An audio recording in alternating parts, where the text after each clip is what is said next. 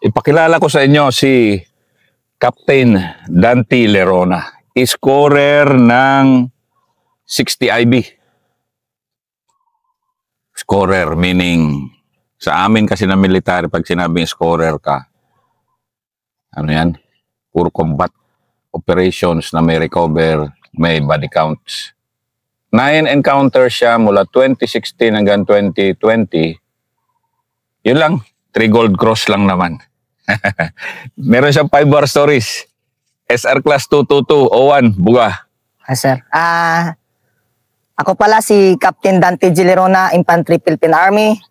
I proud of member of Officer Preparatory Course 64-2015, Masarig, and Scout Ranger Class 222 Intrepidos. And ako pa naman yung O1 doon at naging 1 class sa aming class.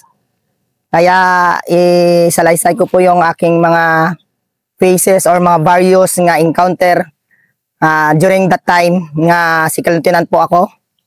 Then since 2016 nag-una kami nag-report sa 60 IB.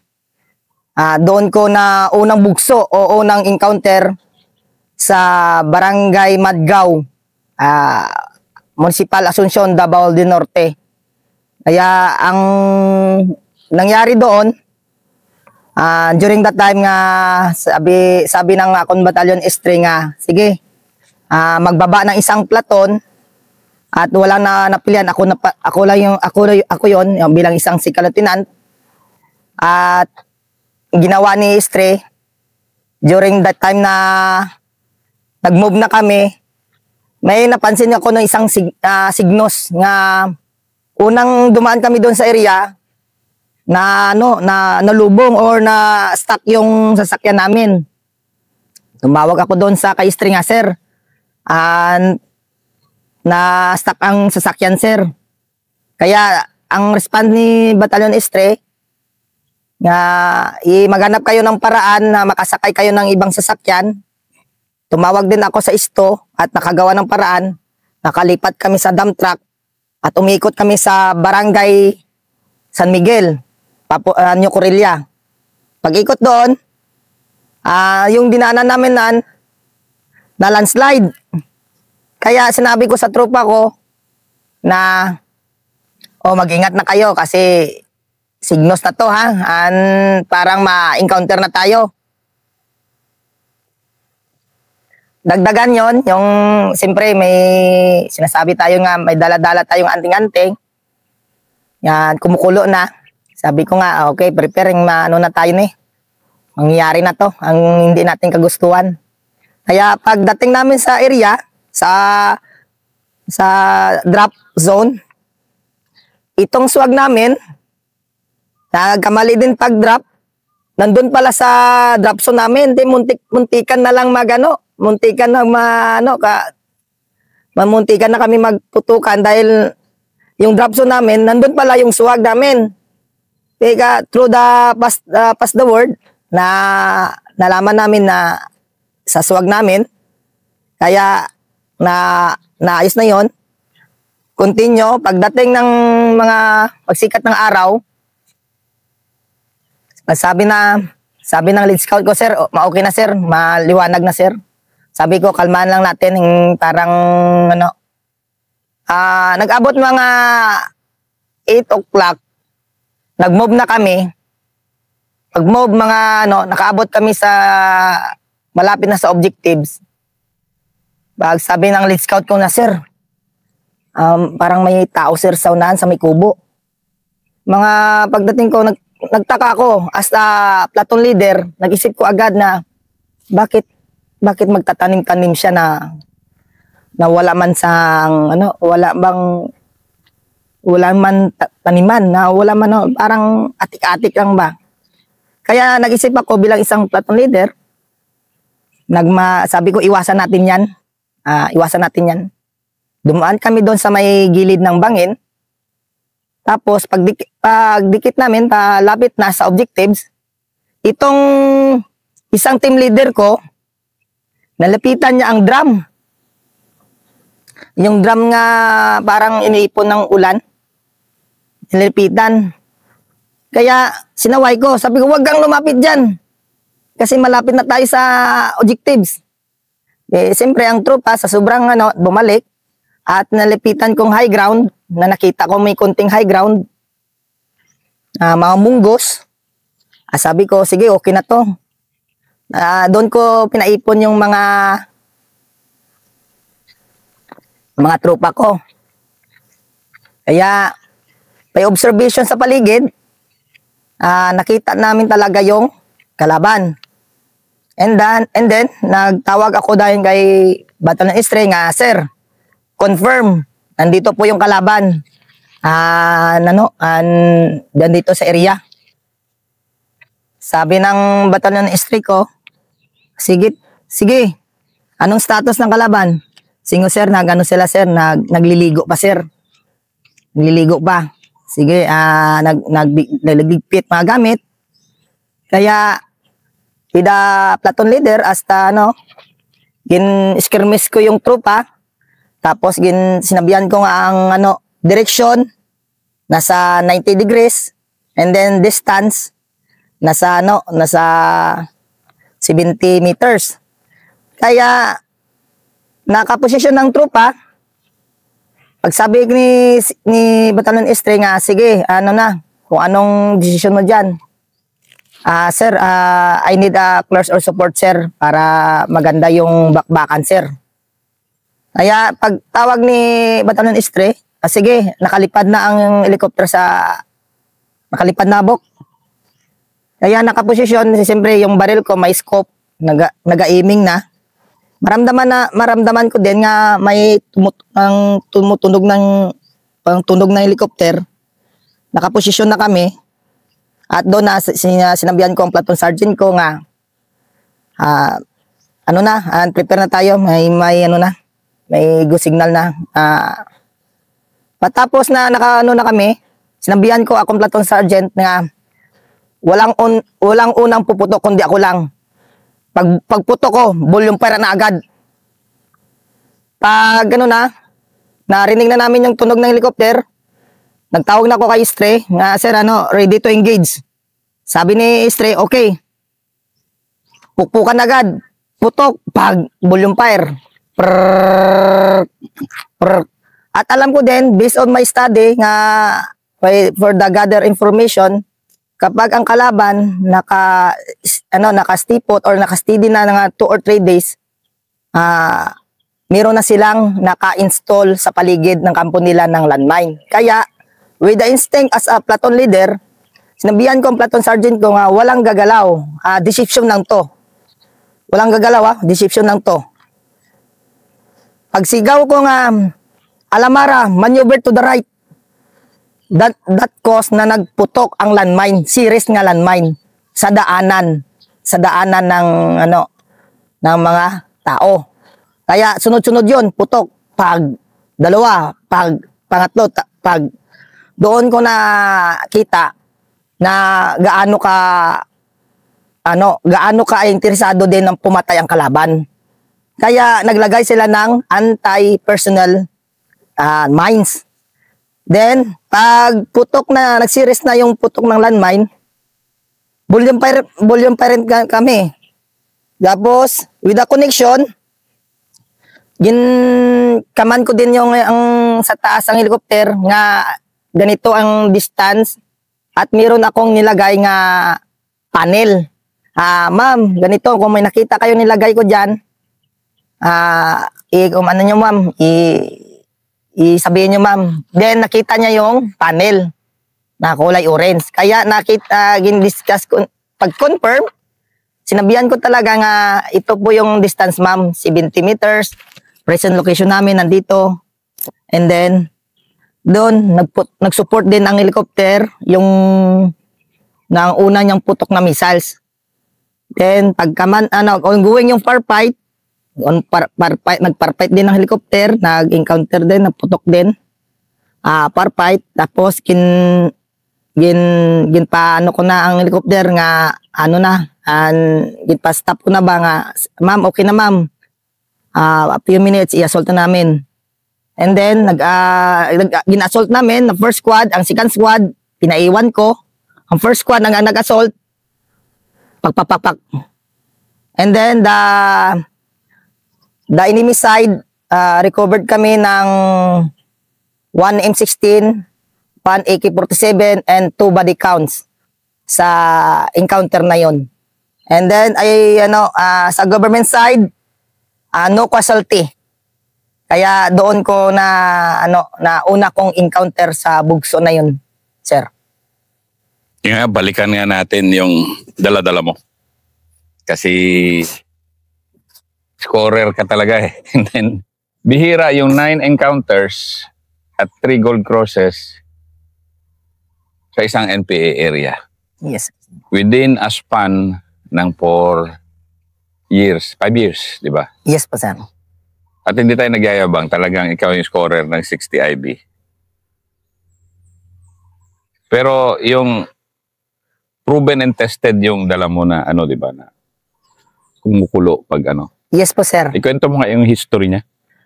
Itong sir, yung daladala ko po, sir, galing po to sa Secure. Ang sabi ni ate, nga ano ba yung gusto mo?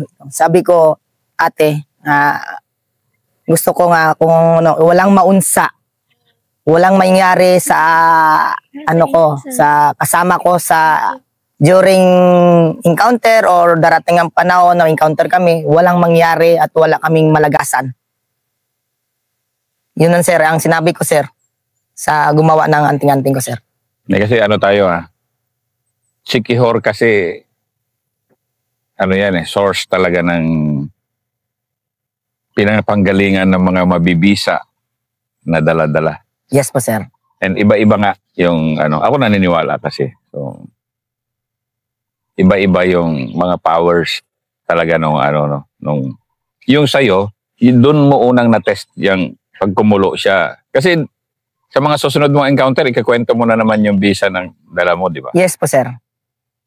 Yes, sir. Tested talaga? Tested po, sir. Kahit itong unang encounter, dito mo na ando na yun, sir, sa din, sir. Nagpainit din sa sir. Kumulo na din yun, sir, time na yun, sir. Iba talaga, parang may warning, warning. Yes, sir. Warning, sir.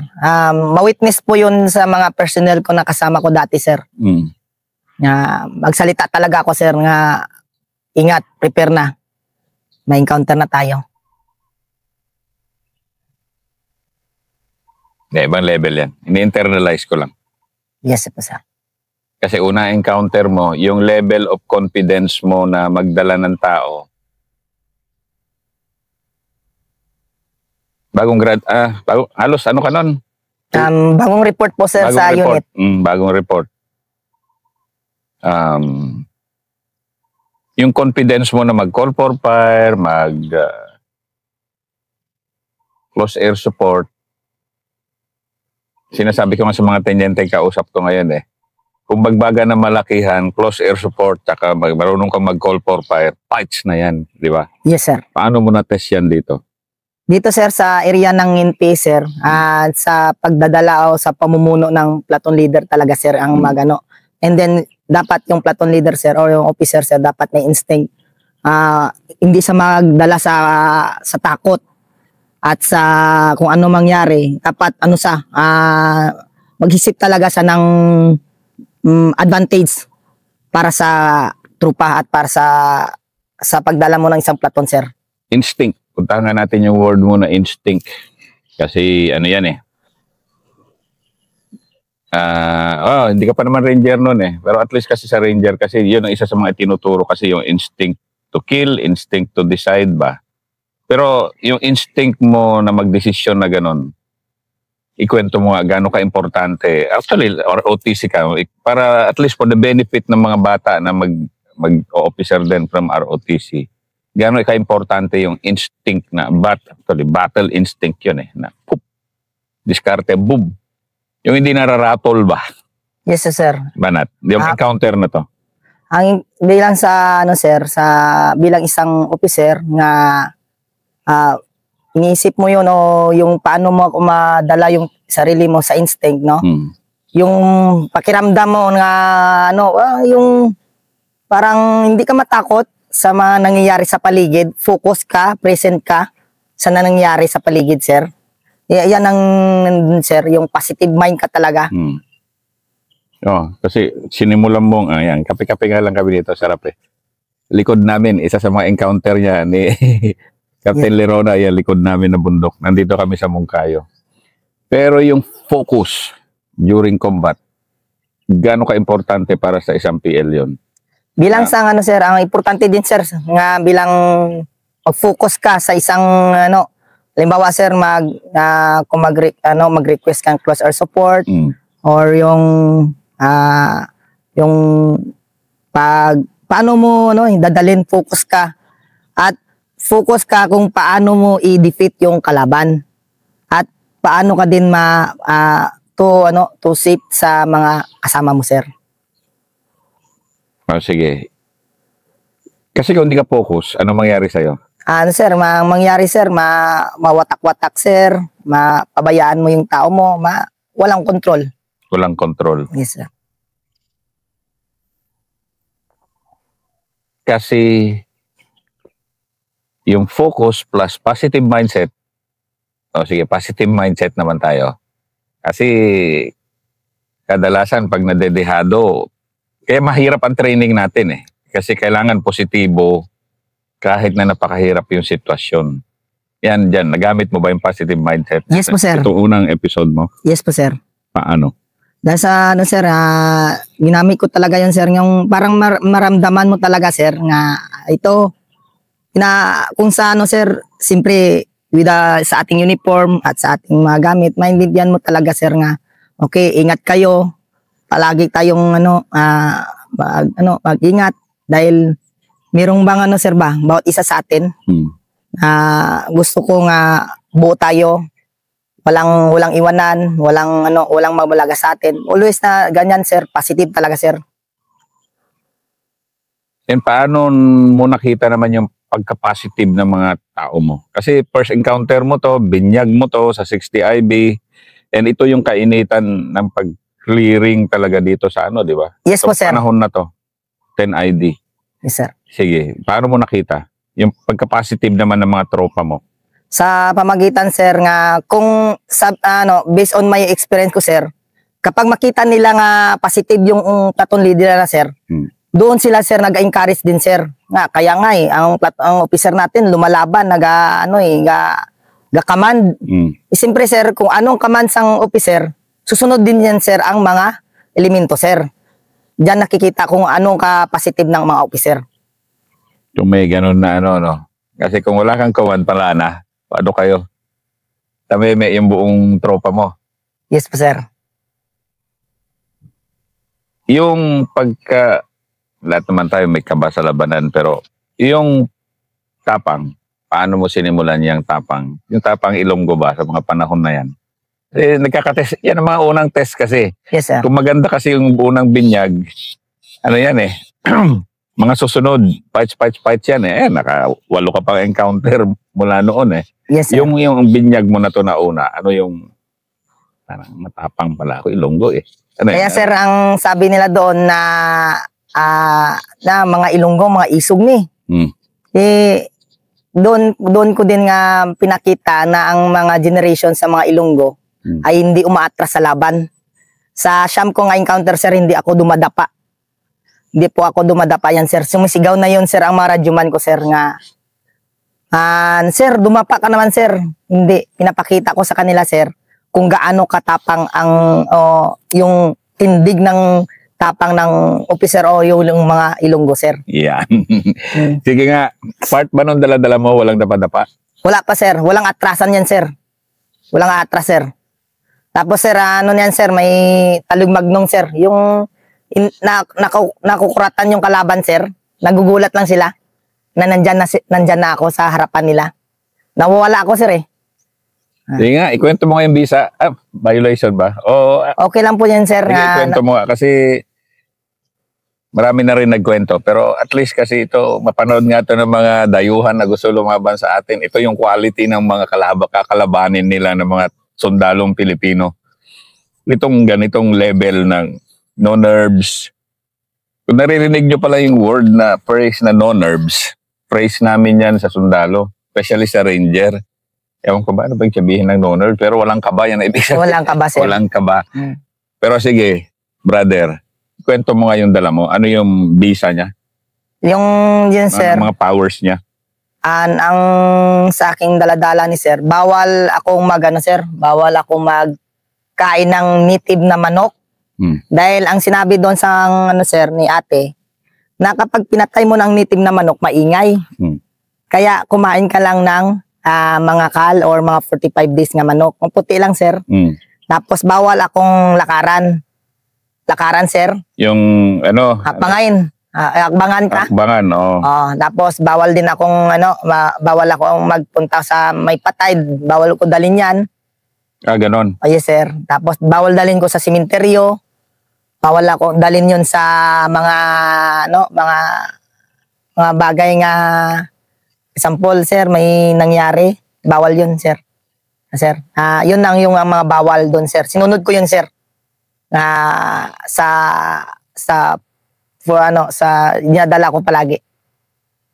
Pero wala yung bawal na Martes, Biyernes, walang karne. Wala, sir. Wala. Basta walang ligo, sir. Walang ligo, Martes, Biyernes. Wala, sir. Wala.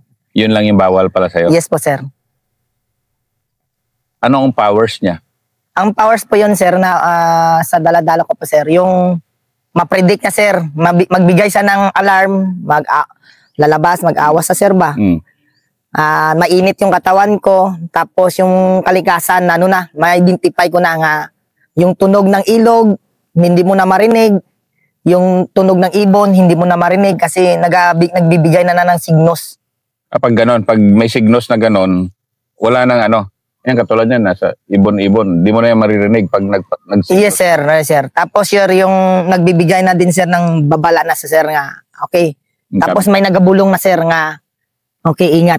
Kasi sa na-encounters ko na, sir, lahat ng sir, predict ko na yan, sir. Na-predict ko na yan. Yes po, sir. Yung isa na laysay ko mamaya, sir. Mamaya. Muna tayo? Kwentong dala-dala muna tayo. Yes kasi, po, sir. Kasi to yung ganito, part ng warrior culture ng Pilipino kasi yung dala-dala. And ako naniniwala talaga. Yes, sir. Bawal ang dapa. Bawal ang dapa. Bawal po, sir. Bawal. Bawal mag-atras, bawal magdapa. Ganon? Yes po, sir. Yung kaman ko yan, sir, lagi yan, sir, assault.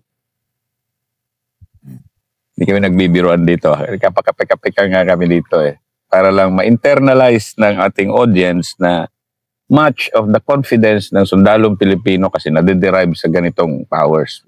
Believe it or not ito. Pero, yan nga. 3 gold cross lang naman kay Captain Lerona. Yes, sir. And hindi lang naman yun kasi yung dahil may dala-dala siya, matapang siya. Hindi naman. Ano yun? Part ng ano ba yun? Diba? Well-trained ka.